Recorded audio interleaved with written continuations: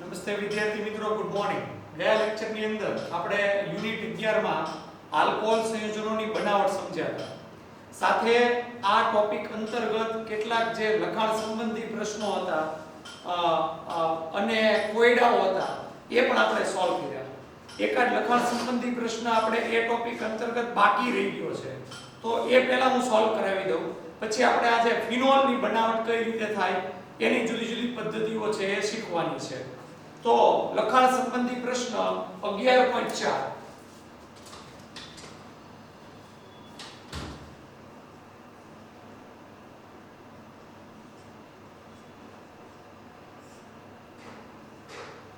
આ પ્રશ્ન હું એટલા માટે કરાવું છું કારણ કે આવડો આ પ્રશ્ન એ કોમ્પિટિટિવ એક્ઝામ માટે ખૂબ અગત્યનો છે. પ્રશ્ન એ પ્રમાણે છે, મિથેનોલ સાથે યોગ્ય ગ્રિગ્નાર્ડ પ્રક્રિયકની પ્રક્રિયા કરવાથી નીચે મુજબના આલ્કોહોલ મળે છે, તો એ પ્રક્રિયક કયો હશે તેનું નામ અને તેનું બંધારણ જણાવો. આપણે એટલી વાત કરવાની છે. તો ખાસ તો આમાં જે 11.4 મો પ્રશ્નમાં પહેલો જે પ્રશ્ન છે એમાં આ પ્રમાણેનું છે, મિથેનોલ સાથે ગ્રિગ્નાર્ડ પ્રક્રિયક ની પ્રક્રિયાથી બનતો આલ્કોહોલ એ તમને આપી દીધો છે. તો આપણે એ કહેવાનું છે કે એમાં કયા પ્રકારનો જે ગ્રિગ્નાર્ડ પ્રક્રિયક છે એમાં આલ્કાઇલ કયા પ્રકારનો છે એ આપણે કહેવાનું છે. એમાં પહેલા પ્રકારનો આલ્કોહોલ આ પ્રમાણે છે, CH3 CH CH3 CH2OH. આની એક ટેકનિક છે, ટેકનિકને આપણે બરોબર સમજીએ. જો પ્રક્રિયા કોની સાથે કરવાની છે? મિથેનોલ સાથે. મિથેનોલ એટલે એક કાર્બન ધરાવતો આલ્ડીહાઇડ. જ્યારે આપણે મિથેનોલની ગ્રિગ્નાર્ડ પ્રક્રિયક સાથે પ્રક્રિયા કરીએ ત્યારે આપણને જે આલ્કોહોલ મળે એમાં આલ્કોહોલમાં આ એક કાર્બન ધરાવતો એક કાર્બન ધરાવતો મિથેનોલ એ એક કાર્બન ધરાવતો આલ્ડીહાઇડ છે, એટલે આટલો ભાગ મિથેનોલનો થઈ ગયો. તો હવે આ જે બાકીનો ભાગ છે એ બાકીનો ભાગ એ ગ્રિગ્નાર્ડ પ્રક્રિયકનો ભાગ થઈ ગયો. ખાસ મિત્રો યાદ રાખવાનું, ગ્રિગ્નાર્ડ પ્રક્રિયક સાથેની જે પ્રક્રિયા છે એ પ્રક્રિયામાં એક તો મિથેનોલમાંથી આલ્કોહોલ મળે છે, એટલે જે આલ્કોહોલ સાથેનો એક કાર્બન ધરાવે છે એટલો ભાગ મિથેનોલનો થઈ ગયો. તો બાકીનો ભાગ આ આલ્કાઇલ એ ગ્રિગ્નાર્ડ પ્રક્રિયક થઈ ગયું. હવે આપણે તાળો મેળવી લઈએ કે આપણે જે સમજ મેળવી છે બરોબર છે કે નહીં. તો બરોબર ધ્યાન આપજો. મિથેનોલ એટલે HCHO એની ગ્રિગ્નાર્ડ પ્રક્રિયક સાથે પ્રક્રિયા, પણ આને આલ્કાઇલ તરીકે લઈને ગ્રિગ્નાર્ડ પ્રક્રિયક લેવાનો છે. CH3 CH CH3 MgBr. આ કયો આલ્કાઇલ છે? 1 2 અને 3 કાર્બન ધરાવતો આલ્કાઇલ એટલે પ્રોપાઇલ. પણ આ નોર્મલ પ્રોપાઇલ નથી, આઇસોપ્રોપાઇલ છે. એટલે આઇસોપ્રોપાઇલ મેગ્નેશિયમ બ્રોમાઇડ સાથેની પ્રક્રિયા છે. આઇસોપ્રોપાઇલ મેગ્નેશિયમ બ્રોમાઇડ એની પ્રક્રિયા આપણે કરીએ. પ્રક્રિયા બરોબર સમજો. પ્રક્રિયામાં એ આપણે અગાઉ ભણ્યા આ જે CH3 છે એટલે જે આલ્કાઇલ આ જે આટલો ભાગ છે આ CH3 CH આટલો જે આખો ભાગ છે એ અહીંયા આગળ કાર્બન સાથે જોડાઈ જશે, અને MgBr છે એ ઓક્સિજન સાથે જોડાઈ જશે. આપણે અગાઉ ગ્રિગ્નાર્ડ પ્રક્રિયક સાથેની પ્રક્રિયા ભણ્યા કાર્બોનિલ સમૂહ સંયોજન સાથેની, એ જ પ્રમાણેની પ્રક્રિયા છે. કાર્બન સાથે બે હાઇડ્રોજન તો છે જ, એટલે CH2 લખી નાખો. એની સાથે આવડો આખો આઇસોપ્રોપાઇલ સમૂહ જોડાઈ જાય, CH3 CH3 અને ઓક્સિજન સાથે MgBr જોડાય છે, OMgBr. હવે આનું આપણે જળ વિભાજન કરીએ. H અને OH વડે જળ વિભાજન. આપણને ખ્યાલ છે અહીંયા O અને Br વચ્ચેનો બંધ તૂટે, OH છે એ MgBr સાથે જોડાઈ જાય એટલે -MgOH Br દૂર થઈ જાય. અને આ જે હાઇડ્રોજનનો પરમાણુ છે આ ઓક્સિજન હારે જોડાઈને આલ્કોહોલ બનાવશે એટલે OH માં રૂપાંતર પામશે, ત્યાર પછી CH2 અને ત્યાર પછી આખો આઇસોપ્રોપાઇલ વાળો ભાગ.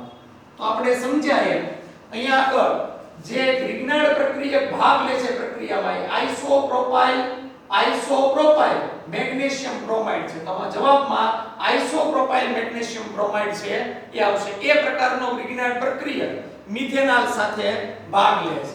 ત્યાર પછી તમને બીજા પ્રકારનો આલ્કોહોલ આપેલો છે એ આ પ્રમાણે છે CH2OH. હવે આખી પ્રક્રિયા નથી સમજવી, આપણે એનું શોર્ટકટ રીતે સોલ્યુશન કરીએ. મિથેનોલ સાથેની પ્રક્રિયા એટલે એક કાર્બન જે કાર્બન OH સમૂહ સાથે જોડાયેલો છે એ મિથેનોલમાંથી આવ્યો છે. તો જે બાકીનો જે ભાગ વધ્યો એટલે આ જે આખો ભાગ વધ્યો એ ગ્રિગ્નાર્ડ પ્રક્રિયક. તો એને કેવી રીતે ગ્રિગ્નાર્ડ પ્રક્રિયકમાં ફેરવવાનો?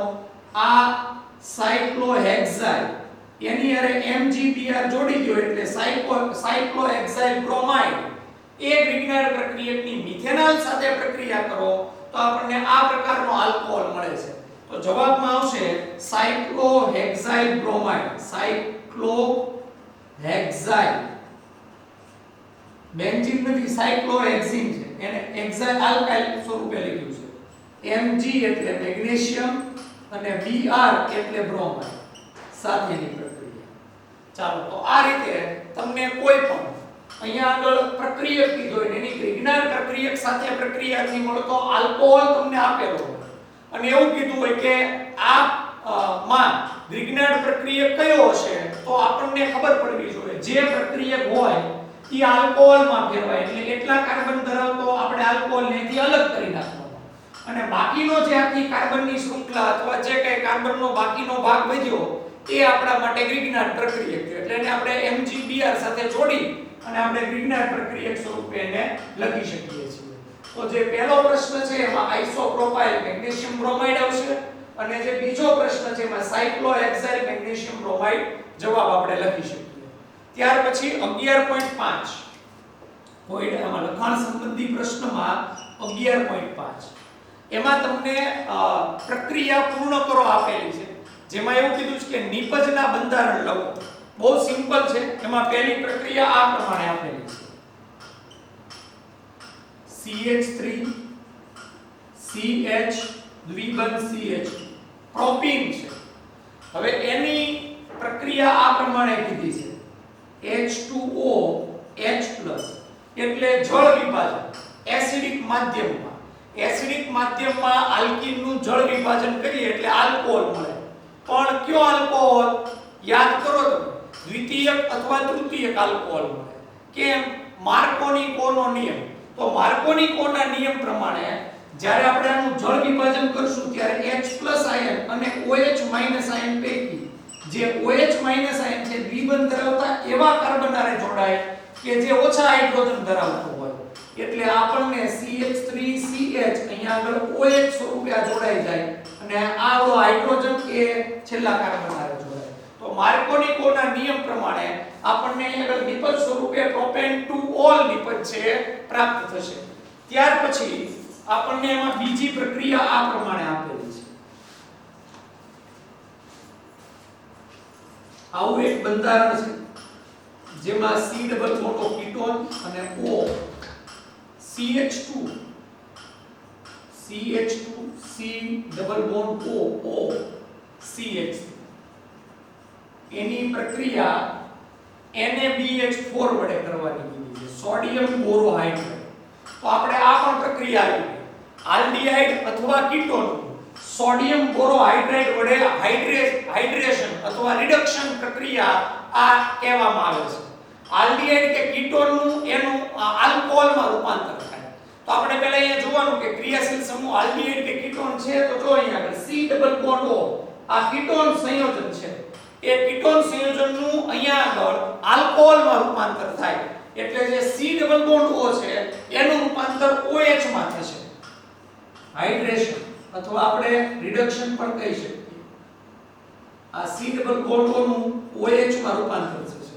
બાકીનો આખો ભાગ એમ ન રહેશે CH2 C double bond O OCH. તો આ રીતે આપણને આવી છે એ મળશે.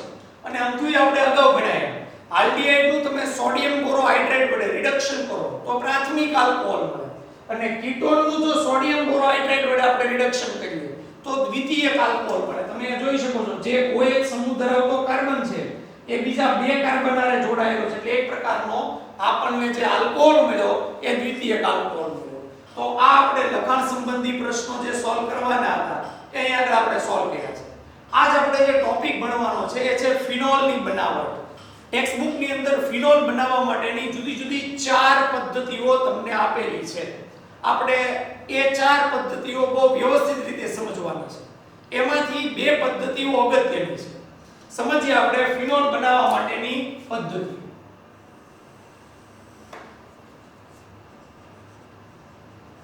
ફિનોલની બનાવટ.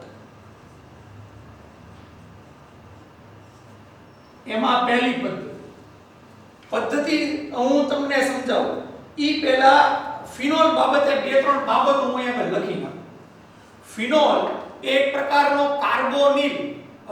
કાર્બોલિક એસિડ તરીકે ઓળખવામાં આવે છે. ફિનોલનું એક બીજું પણ નામ છે, એને કાર્બોલિક એસિડ પણ બોલાય છે. કાર્બોલિક એસિડ. જોજો કાર્બોક્સિલિક એસિડ નહીં પણ કાર્બોલિક એસિડ તરીકે ઓળખાય છે. એનું કારણ છે ફિનોલમાં જે ફિનાઇલ રિંગ સાથે OH સમૂહ જોડાયેલો છે એ OH સમૂહના કારણે એમાં થોડીક એસિડિકતા જોવા મળે છે. ફિનોલ થોડોક એસિડિક છે. એ એસિડિકતા શા માટે આવી આપણે આગળના ટોપિકમાં સમજવાના છીએ, પણ અત્યારે હાલ પૂરતું યાદ રાખો કે ફિનોલ છે એને કાર્બોલિક એસિડ તરીકે ઓળખવામાં આવે છે. સૌપ્રથમ ફિનોલ છે એ સામાન્ય રીતે કોલટારમાંથી મેળવવામાં આવ્યો. કોલટાર એક જ્યારે કોલસાનું ખનિજ કોલસાનું વિચ્છેદક નિસ્યંદન કરીએ ત્યારે એમાંથી મળતી એક નિપજ છે, અને કોલટારમાંથી ફિનોલ છે સૌપ્રથમ મેળવવામાં આવ્યો. સૌપ્રથમ ફિનોલ કોલટારમાંથી મેળવ્યો.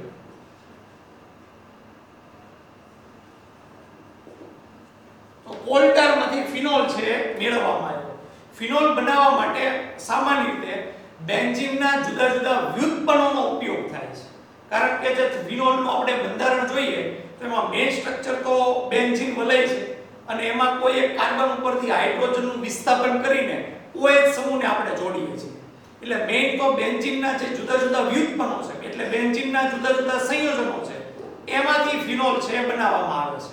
ફિનોલની બનાવટમાં સૌથી પહેલી આપણે બનાવટ લઈએ હેલો એરિન સંયોજનોમાંથી. હેલો એરિન સંયોજનોમાંથી બહુ સહેલી બનાવટ, અને આપણે યુનિટ 10 માં બનાવટ આવી ગઈ એટલે સમજીએ આપણે. હેલો એરિન સંયોજન, તો અહીંયા આપણે એક હેલો એરિન સંયોજન લઉં, ક્લોરોબેન્ઝીન. આ ક્લોરોબેન્ઝીનની સોડિયમ હાઇડ્રોક્સાઇડ સાથે પ્રક્રિયા કરવામાં આવે NaOH. સામાન્ય રીતે આ પ્રક્રિયા કરવી ખૂબ અઘરી છે, કેન્દ્ર અનુરાગી પ્રક્રિયા છે. હેલો એરિનની કેન્દ્ર અનુરાગી વિસ્થાપન પ્રક્રિયા એટલી સરળતાથી થતી નથી. એના કારણો આપણે અગાઉ ભણી ગયા છે. તો આ કેન્દ્ર અનુરાગી વિસ્થાપન પ્રક્રિયા એટલી સરળતાથી થતી નથી, એટલે 623 કેલ્વિન જેટલા ઊંચા તાપમાન અને 312 જેટલા વાતાવરણ દબાણે પ્રક્રિયા કરવામાં આવે છે. પ્રક્રિયા કરતા એકદમ સિમ્પલ, અહીંથી H અને અહીંથી Cl HCl દૂર થઈ જાય, અને આ જે ONA વાળો ભાગ છે એ આ બેન્ઝીન વલયના કાર્બન સાથે જોડાયેલ છે. O Na સ્વરૂપે સૌપ્રથમ તો આપણને આવો ક્ષાર મળે. એક ઋણાયન ને એક ધનાયન છે એટલે એને ક્ષાર કહેવામાં આવે. ક્ષારનું નામ આપીએ આપણે. ફિનાઇલ રિંગ સાથે ઓક્સિજન જોડાયેલો છે એટલે એને ફિનોક્સાઇડ બોલાય, અને એની સાથે સોડિયમ જોડાણો છે એટલે નામ પડ્યું એનું સોડિયમ ફિનોક્સાઇડ. તો આ રીતે આપણને નિપજમાં અહીંયા સૌપ્રથમ તો સોડિયમ ફિનોક્સાઇડ મળે છે. આ સોડિયમ ફિનોક્સાઇડ એક પ્રકારનો ક્ષાર છે. હવે આ જે સોડિયમ ફિનોક્સાઇડ ક્ષાર મળ્યો એની એસિડિક માધ્યમમાં પ્રક્રિયા કરવામાં આવે HCl સાથે. બહુ સિમ્પલ છે, અહીંથી Na અહીંથી Cl, આ NaCl NaCl સ્વરૂપે દૂર થઈ જશે, અને હાઇડ્રોજન છે એ સોડિયમની જગ્યા લઈ લેશે એટલે બેન્ઝીન વલયના કાર્બન પર OH સ્વરૂપ રૂપાંતરિત થશે ફિનોલ પર. આ પદ્ધતિને આપણે બોલીએ છીએ ડાવ પદ્ધતિ. આ પદ્ધતિનું નામ યાદ રાખવાનું છે. ફિનોલ બનાવવા માટેની આ પદ્ધતિને ડાવ પદ્ધતિ તરીકે ઓળખવામાં આવે છે. ડાવ એ વૈજ્ઞાનિકનું નામ છે. એણે આ પદ્ધતિની શોધ કરી એટલે એના નામ પરથી આ ડાવ પદ્ધતિ તરીકે ઓળખવામાં આવે છે. એક બીજી મહત્વની બાબત, યુનિટ 10 માં આપણે ક્લોરોબેન્ઝીનની NaOH સાથે પ્રક્રિયા કરી સીધું જ ફિનોલ આપણે લખી નાખતા હતા. વચ્ચેનું આ સ્ટેપ નહોતા લખતા. જરૂરી નથી પણ આપણે લખીએ તો આપણને સમજ હોય એની તો વધારે સારું પડે. એટલે આ બે સ્ટેપ સ્વરૂપે જ આપણે ફિનોલની બનાવટ છે સમજ મેળવી લેવાની. ત્યાર પછી બીજી પદ્ધતિ છે બેન્ઝીન સલ્ફોનિક એસિડ માંથી. બેન્ઝીન સલ્ફોનિક એસિડ માંથી પહેલા તો આપણને સમજ પડવી જોઈએ કે આ બેન્ઝીન સલ્ફોનિક એસિડ શું. બેન્ઝીન વલય ઉપર SO3H સમૂહ જોડાયેલો હોય તો એને બેન્ઝીન સલ્ફોનિક એસિડ કહેવામાં આવે. તો પહેલા તો આપણે આ બેન્ઝીન સલ્ફોનિક એસિડ બનાવીએ અને પછી એમાંથી ફિનોલ કઈ રીતે બને એની આગળની પ્રક્રિયા અથવા એનો તબક્કો સમજીએ. તો સૌપ્રથમ આપણે લઈએ બેન્ઝીન. હવે આપણે એમાંથી બેન્ઝીન સલ્ફોનિક એસિડ બનાવવાનું છે એટલે એનું સલ્ફોનેશન કરશું. બેન્ઝીનનું સલ્ફોનેશન આપણે ઓલિયમ વડે કરવાનું. ઓલિયમ એનું સૂત્ર આવું છે H2S2O7. તમે કહો સાહેબ આ તો નવું નથી. બેન્ઝીનની મેં જ્યારે તમને હાઇડ્રોકાર્બન ચેપ્ટર ભણાવ્યું 11મા ધોરણમાં ત્યારે તમને બે ચાર્ટ ભણાવ્યા. એક બેન્ઝીનનો ચાર્ટ દોરાયો હતો અને એક ટોલ્યુઇનની પ્રક્રિયાનો ચાર્ટ દોરાયો હતો. એ આ ઓલિયમ એ બેન્ઝીનના સલ્ફોનેશનમાં મેં તમને આ સમજાવ્યું હતું. ઓલિયમ એટલે H2S2O7 એનું સૂત્ર છે. એને ધુમાયમાન સલ્ફ્યુરિક એસિડ પણ બોલવામાં આવે છે. આ જે H2S2O7 છે એને આમ પણ લખી શકાય H2SO4 SO3. ટોટલ તમે જો બે હાઇડ્રોજન, આ બે સલ્ફર S2 અને 4 ને 3 7 ઓક્સિજન O7 એને ઓલિયમ ને આ પ્રમાણે પણ લખવામાં આવે છે. ઓલિયમનું સ્ટ્રક્ચર જોવા જેવું છે. બરોબર જોજો. ઓલિયમનું બંધારણ જો કે P વિભાગમાં તમારે એનું બંધારણ આવી ગયું છે પણ મારે આની ઉપરથી નીટ 2020 માં એક પ્રશ્ન પૂછાણો છે એ સોલ્વ કરાવો છે એટલા માટે. ઓલિયમમાં પહેલા તો બે સલ્ફર છે એટલે બે સલ્ફર લખી નાખો. બંને સલ્ફર અને ઓક્સિજન એકલ બંધથી જોડાયેલા અને બે ઓક્સિજન એ દ્વિબંધથી જોડાયેલા. ટોટલ 6 2 4 ને 5 ઓક્સિજન થઈ ગયા. હવે બે ઓક્સિજન અને બે હાઇડ્રોજન વધ્યા એટલે સલ્ફર સાથે OH સ્વરૂપે જોડાઈ ગયા. આ ઓલિયમનું સૂત્ર છે. નીટ 2020 માં એક આવો પ્રશ્ન આવી ગયો. નીટ 2020 માં નીચેનામાંથી કયા બંધારણમાં અથવા કયા સૂત્રમાં ઓક્સિજન વચ્ચે એકલ બંધ આવેલો હશે? આવી રીતે કયા સૂત્રમાં બંધ હશે? આવો પ્રશ્ન નીટ 2020 માં હમણાં પૂછાયો. આ પ્રશ્ન એટલે સોલ્વ કરાયો કેમ કે ઓલિયમની ચર્ચા થઈ. અને બીજી મહત્વની બાબત, રેડોક્સ પ્રક્રિયા જ્યારે મેં કરાવ્યું હતું ત્યારે આ પ્રશ્ન સોલ્વ કરાયો હતો. ત્રણ બંધારણો ખોટા છે એટલે એની ચર્ચા નહીં, પણ સાચો વિકલ્પ છે એ આપણે સમજવાનો છે. સાચો વિકલ્પ આવો છે H2S2OH. આ જે બંધારણ છે એમાં ઓક્સિજન વચ્ચે એકલ બંધ છે. બંધારણને આપણે સમજીએ તો બે સલ્ફર છે એટલે બે સલ્ફર લખી નાખીએ. બંને સલ્ફર સાથે વચ્ચેના ભાગમાં એક ઓક્સિજન એકલ બંધથી જોડાયેલો જેને પેરોક્સાઇડ બંધારણ કહેવાય. અને યાદ કરો રેડોક્સમાં આપણે રેડોક્સ પ્રક્રિયામાં જ્યારે ઓક્સિડેશન આંક ગણવાનો હતો સલ્ફરનો ત્યારે આપણે આ બંને ઓક્સિજનના ઓક્સિડેશન આંક -1 લીધા હતા. કેમ? પેરોક્સાઇડ વાળા બંધારણમાં ઓક્સિજનના ઓક્સિડેશન આંક આપણે -1 લેતા હોઈએ છીએ એટલા માટે. ત્યાર પછી બંને સલ્ફર દ્વિબંધી ઓક્સિજન સાથે જોડાયેલા છે. અને બે બાજુ OH. આ થઈ ગયું H2S2O8 નું બંધારણ. જો તમે બે હાઇડ્રોજન H2, બે સલ્ફર S2 અને 1 2 3 4 5 6 7 ને 8 ઓક્સિજન. તો બંધારણ H2S2O8 છે એ આવે છે. પર ડાઇસલ્ફ્યુરિક એસિડ એનું નામ છે. તો એ રીતે આપણે H2S2O8 છે એ આ પ્રમાણે લઈ શકીએ. બીજી એક મહત્વની બાબત, રેડોક્સ પ્રક્રિયાની માંથી એક બીજો પ્રશ્ન પણ આવ્યો હતો. જો આવો પ્રશ્ન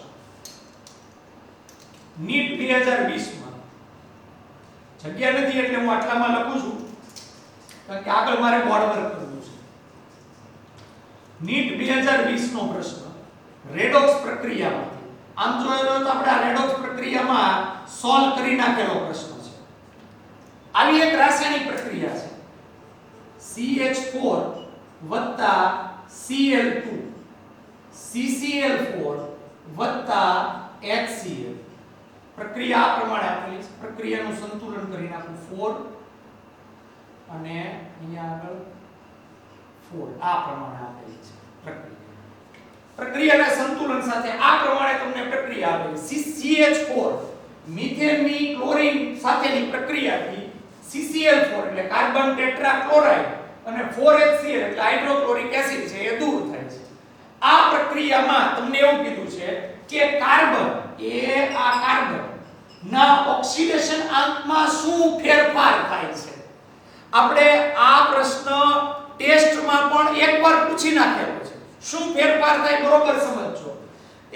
આ CH4 માં હાઇડ્રોજનની વિદ્યુત ઋણતા કાર્બન કરતા ઓછી હોય એટલે હાઇડ્રોજનનો ઓક્સિડેશન આંક +1 લઈએ તો એના આધારે કાર્બનનો ઓક્સિડેશન આંક -4 લેવાનો. હાઇડ્રોજનની વિદ્યુત ઋણતા ઓછી એટલે એનો ઓક્સિડેશન આંક ધનમાં આવે. હાઇડ્રોજનનો ઓક્સિડેશન આંક +1 લ્યો તો એના આધારે કાર્બનનો ઓક્સિડેશન આંક -4 થાય. તો CH4 માં કાર્બનનો ઓક્સિડેશન આંક -4 અને ઉદાહરણમાં મેં કરાવેલું છે. જ્યારે મેં ઓક્સિડેશન આંકના જે મેં નિયમો લખાવ્યા હતા એમાં જ આપણે આની ચર્ચા કરી હતી. આ જ બે વસ્તુની ચર્ચા કરી હતી. પ્રક્રિયા નહોતી પણ CH4 અને CCl4 માં કાર્બનનો ઓક્સિડેશન આંક આપણે સમજ્યા હતા. આગળ જોઈએ CCl4 માં અહીંયા આગળ ક્લોરીન છે તો ક્લોરીનનો ઓક્સિડેશન આંક કાર્બન કરતા વધારે હોય એનો ઓક્સિડેશન આંક -1. 17મા સમૂહ હેલોજન નું તત્વ એટલા માટે એના આધારે તમે કાર્બનનો ઓક્સિડેશન આંક લ્યો તો +4. તો કાર્બનના ઓક્સિડેશન આંકમાં શું ફેરફાર થયો?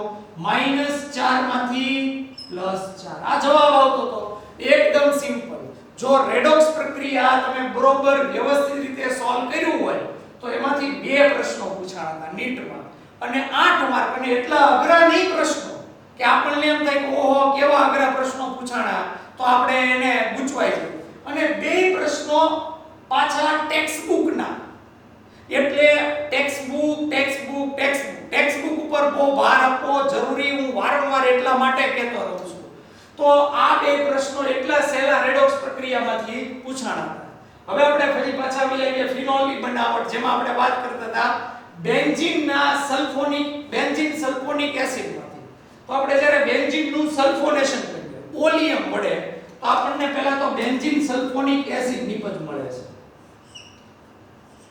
બેન્ઝીન વલય ઉપર SO3H આનું નામ છે benzene sulphonic acid.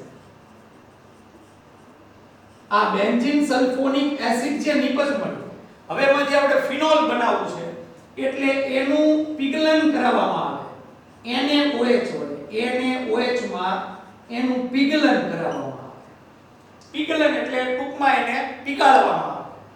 Benzene sulphonic એસિડને NaOH માં પીગાળીએ એટલે એમાંથી નિપજ સ્વરૂપે આપણને સીધું જ ફિનોલ મળે છે. તો આ રીતે આપણે બેન્ઝીન સલ્ફોનિક એસિડમાંથી ફિનોલ મેળવી શકીએ છીએ.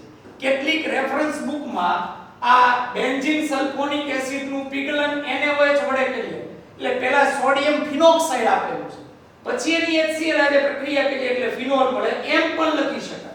ટેક્સ્ટ બુકમાં એ રીતે છે તો તમે એમ પણ લખી શકો તો સીધું પીગલન કરીને અને પાછું લખવાનું કે HCl એટલે સીધો આપણે ફિનોલ લખી શકીએ છીએ. માત્ર બે સ્ટેપની અંદર આપણે બેન્ઝીન સલ્ફોનિક એસિડમાંથી ફિનોલ છે એ મેળવી શકીએ છીએ. ત્યાર પછી ત્રીજી પદ્ધતિ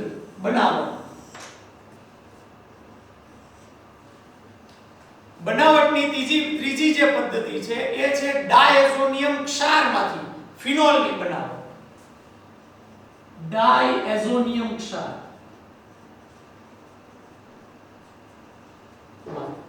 બેન્ઝીનનો ડાયઝોનિયમ ક્ષાર આપણે સેન્ટ મેયર પ્રક્રિયા યુનિટ 10 માં આવી ગઈ. એમાં ડાયઝોનિયમ ક્ષાર કેવી રીતે બનાવવો એની પ્રક્રિયા આવી ગઈ. ત્યાર પછી બીજા તબક્કામાં આપણે ફિનોલ બનાવવાનો છે. તો પહેલા તો આપણે બેન્ઝીનમાંથી ડાયઝોનિયમ ક્ષાર બનાવવા માટે એનિલીનની પ્રક્રિયા કરવાની છે. એનિલીન, આ એનિલીનની પ્રક્રિયા NaNO2 સોડિયમ નાઇટ્રાઇટ અને 2HCl એટલે હાઇડ્રોક્લોરિક એસિડની હાજરીમાં કરવામાં આવે. પ્રક્રિયા સેન્ટ મેયર જ છે, મેં સમજાવેલી છે અને રિપીટ કરી આપું. પ્રક્રિયા ખૂબ નીચા તાપમાને એટલે 273 થી 278 કેલ્વિન તાપમાને આ પ્રક્રિયા થશે. આટલા નીચા તાપમાને પ્રક્રિયા સમજીએ આપણે તો અહીંથી આ બે હાઇડ્રોજન H2, આ બે હાઇડ્રોજન H2 અને આ બે ઓક્સિજન, ટોટલ તમે જુઓ તો 2 ને 2 4 હાઇડ્રોજન અને 2 ઓક્સિજન -2H2O સ્વરૂપે દૂર થઈ જશે. હવે અહીંથી આ Na સોડિયમ અને અહીંથી એક ક્લોરીન દૂર થઈ જશે, -NaCl દૂર થઈ જશે. બાકીનું જે બધું ઈ લખી નાખીએ. બેન્ઝીન વલય ઉપર આ એક નાઇટ્રોજન, અહીંયા આગળ એક બીજો નાઇટ્રોજન અને અહીંયા એક આ ક્લોરીન વધ્યું એટલે બેન્ઝીન વલય ઉપર બે નાઇટ્રોજન N2+ સ્વરૂપે N2+ અને ક્લોરાઇડ આયન સ્વરૂપે એની ઉપર જોડાયેલો રહેશે, જેનું નામ છે બેન્ઝીન ડાયઝોનિયમ ક્લોરાઇડ, જે ક્ષાર છે એક પ્રકારનો બેન્ઝીન ડાયઝોનિયમ ક્લોરાઇડ. તો આ રીતે પહેલા તો આપણે બેન્ઝીન ડાયઝોનિયમ ક્લોરાઇડ ક્ષાર સેન્ટ મેયર પ્રક્રિયા દ્વારા બનાવી. હવે એની પ્રક્રિયા પાણી સાથે કરવામાં આવે, H2O પાણી વડે કરવામાં આવે. એકદમ સિમ્પલ પ્રક્રિયા છે. N2 નાઇટ્રોજન સ્વરૂપે દૂર થઈ જશે. પાણીમાં જે H+ આયન છે એ Cl- આયન સાથે જોડાય -HCl સ્વરૂપે દૂર થઈ જશે અને હવે જે OH- આયન વધ્યો એ ફિનાઇલ રિંગ સાથે જોડાઈ જશે, આપણને ફિનોલ મળશે. તો આ રીતે આપણે બેન્ઝીન ડાયઝોનિયમ ક્ષારનું જળ વિભાજન કરીએ અથવા એની પાણી સાથે પ્રક્રિયા કરીએ. આ પ્રક્રિયામાં પાણી વડે એને ગરમ કરવામાં આવે અને ફિનોલ છે મેળવી શકીએ છીએ. ચોથી બનાવો ખૂબ અગત્યની છે. ચોથી બનાવો ક્યુમીનમાંથી હાલના સમયમાં જે બેન્ઝીનનું ફિનોલનું જે ઔદ્યોગિક રીતે બનાવટ કરવામાં આવે છે એમાં મોટે ભાગે આ ક્યુમીનમાંથી બનાવવામાં આવે છે, કારણ કે આ પદ્ધતિ એ શ્રેષ્ઠ પદ્ધતિ છે. ઔદ્યોગિક ફિનોલનું ઉત્પાદન આ પદ્ધતિ દ્વારા. સમજીએ આપણે આ ક્યુમીનમાંથી કેવી રીતે ફિનોલ મેળવવામાં આવે. પહેલા તો આપણે સમજ મેળવવી પડે ક્યુમીન. ક્યુમીન શું છે? તો ક્યુમીનનું બંધારણ આપણે બરોબર સમજી લઈએ. પૂછાય એવો પ્રશ્ન, ક્યુમીનનું બંધારણ. બેન્ઝીન દોરી નાખો. આ બેન્ઝીનના કાર્બન ઉપર આઇસોપ્રોપાઇલ તો CH3. આ આઇસોપ્રોપાઇલ છે, 3 કાર્બન, એમાં વચ્ચેનો કાર્બન એ શાખિત સ્વરૂપે છે. તો આઇસોપ્રોપાઇલ બેન્ઝીન એને ક્યુમીન કહેવામાં આવે છે. આ જે બંધારણ છે એને ક્યુમીન તરીકે ઓળખવામાં આવે. આનું સામાન્ય નામ આઇસોપ્રોપાઇલ બેન્ઝીન છે. તમારી જાણકારી માટે, બાકી ક્યુમીન યાદ રાખો તોય વાંધો નહીં. આ તો કદાચ પૂછાઈ શકે કે ક્યુમીનનું બીજું નામ શું, તો ખબર હોવી જોઈએ આઇસોપ્રોપાઇલ બેન્ઝીન. એનું IUPAC નામ કઈ રીતે આપશું સમજો બરોબર. IUPAC નામ છે એ આપણે આ પ્રમાણે આપશું. આ બેન્ઝીન વલય સાથે જોડાયેલી કાર્બનની શૃંખલા, એમાં પછી શાખા છે. જો પહેલા કાર્બન ઉપર મિથાઇલ, તો આપણે કેમ લખશું જોજો, 1 મિથાઇલ, પછી આ બે કાર્બનની શૃંખલા એટલે ઇથાઇલ, આને કાઉન્સમાં લખવાનું જ્યારે આવી શાખા હોય ત્યારે, અને બેન્ઝીન સાથે જોડાયેલું છે એટલે બેન્ઝીન. તો આનું IUPAC નામ છે, 1 મિથાઇલ ઇથાઇલ બેન્ઝીન એનું IUPAC નામ. આઇસોપ્રોપાઇલ બેન્ઝીન ઈ સામાન્ય નામ અને ક્યુમીન એનું પ્રચલિત નામ છે. આ ક્યુમીન નું ઓક્સિડેશન કરવામાં આવે O2 અથવા ઓક્સિજન વાળી હવાની હાજરીમાં એને ગરમ કરવામાં આવે. ઓક્સિજનના બે પરમાણુ એ આ જે પહેલો કાર્બનનો પરમાણુ છે એની સાથે જોડાશે. જોજો અહીંયા બરોબર સમજો. આ પહેલો કાર્બનનો પરમાણુ એની સાથે બે મિથાઇલ જોડાયેલા છે એટલે એને જોડી દો. CH3 CH3. ઓક્સિજનનો પરમાણુ આ પહેલા કાર્બન સાથે જેની સાથે એક હાઇડ્રોજનનો પરમાણુ જોડાય છે તો આઇસોપ્રોપાઇલનો બીજો કાર્બન એની સાથે એકલ બંધથી જોડાય OO અને આવડો હાઇડ્રોજન છે એ આ પ્રમાણે જોડાશે COOH એટલે તરત બધાયને એમ ખબર પડે કે આ તો સાહેબ કાર્બોક્સિલિક એસિડ ક્રિયાશીલ સમૂહ થયો. એ નથી. કાર્બોક્સિલિક એસિડ નું સૂત્ર આ પ્રમાણે થાય C ડબલ બોન્ડ OOH. આ કાર્બોક્સિલિક એસિડ છે જેમાં એક ઓક્સિજન કાર્બન સાથે દ્વિબંધથી અને બીજો ઓક્સિજન OH સ્વરૂપે હોય. અહીંયા તમે જો બે ઓક્સિજન એ એકલ બંધથી જોડાણા છે. યાદ કરો અહીંયા આ પ્રમાણે કેવું બંધારણ? પેરોક્સાઇડ બંધારણ. તો આનું નામ ક્યુમીન હાઇડ્રોજન જોડાયેલો છે હાઇડ્રો પેરોક્સાઇડ તરીકે એને ઓળખવામાં આવે છે. ક્યુમીન નું આ પેરોક્સાઇડ વાળું બંધારણ છે એટલા માટે આ બંધારણને ક્યુમીન હાઇડ્રો પેરોક્સાઇડ તરીકે ઓળખવામાં આવે છે. ક્યુમીન હાઇડ્રો પેરોક્સાઇડ બંધારણ તરીકે એને ઓળખવામાં આવે છે.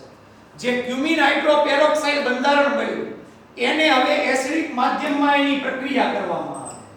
એસિડિક માધ્યમ એટલે H+ જલીય માધ્યમ પાણી. એકદમ સિમ્પલ પ્રક્રિયા છે બરોબર સમજો. એસિડિક માધ્યમમાં પ્રક્રિયા કરતા આટલો ભાગ છે એ દૂર થઈ જશે. CH3 CO CH3 એને હું આગળ લખી નાખું. CH3 CO CH3 નામ તો આનું ખબર જ હશે. 3 કાર્બન ધરાવતો કીટોન પ્રોપેનોન અથવા એનું પ્રચલિત નામ છે એસીટોન મળે છે. હવે બાકીનો અહીંથી આ કાર્બન દૂર થઈ ગયો એટલે OH છે એ આ બેન્ઝીન વલયના સાથે જોડાઈ જાય આપણને બીજી નિપજ ફિનોલ મળે છે. આ ક્યુમીન પદ્ધતિ ક્યુમીનમાંથી આ ફિનોલ મેળવવા માટેની આ જે મેં પદ્ધતિ લખાવી એ પદ્ધતિ શ્રેષ્ઠ એટલા માટે છે કારણ કે એમાં ઉપનિપજ સ્વરૂપે એસીટોન જેવો અગત્યનું રસાયણ મળે છે. એસીટોન એ ખૂબ અગત્યનું રસાયણ છે. એનો ઉપયોગ અલગ અલગ ઘણા બધા પદાર્થો બનાવવા માટે આ ઉપરાંત નેલ પોલિશ રિમૂવર તરીકે પરફ્યુમ્સ ઇન્ડસ્ટ્રીમાં એમ ઘણી બધી જગ્યાએ થાય છે.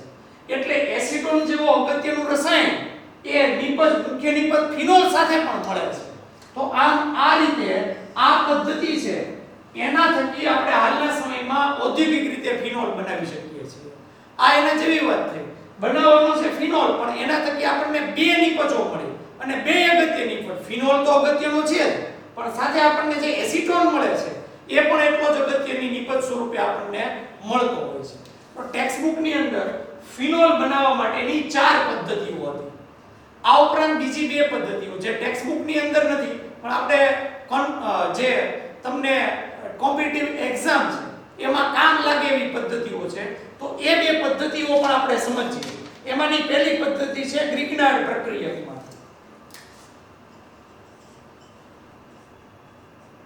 ગ્રિગ્નાર્ડ પ્રક્રિયકમાંથી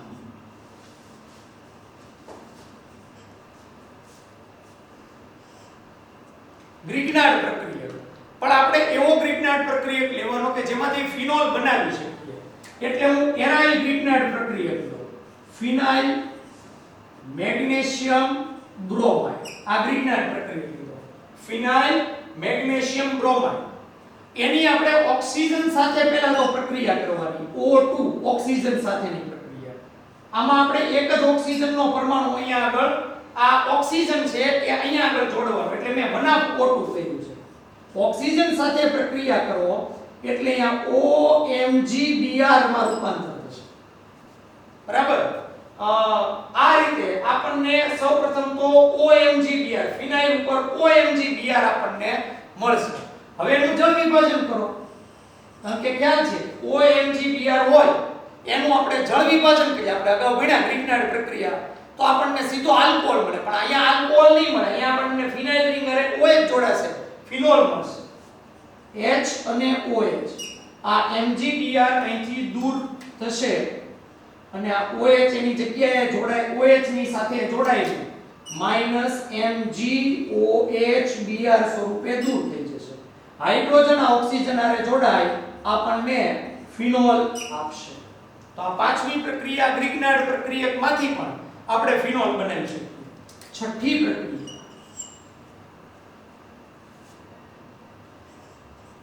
સોડિયમ સેલિસિલેટમાંથી. તમારા માટે કદાચ આ નવો શબ્દ હશે, સોડિયમ સેલિસિલેટ. જો કે આપણે આગળ જ્યારે આલ્ડિહાઇડ કીટોન કાર્બોક્સિલિક એસિડ વાળો જે પાર્ટ લેશું, યુનિટ લેશું, એમાં સોડિયમ સેલિસિલેટ નું બંધારણ આવશે. સોડિયમ સેલિસિલેટ સમજીએ એ પહેલા આપણે આ બંધારણ સમજવું જરૂરી છે.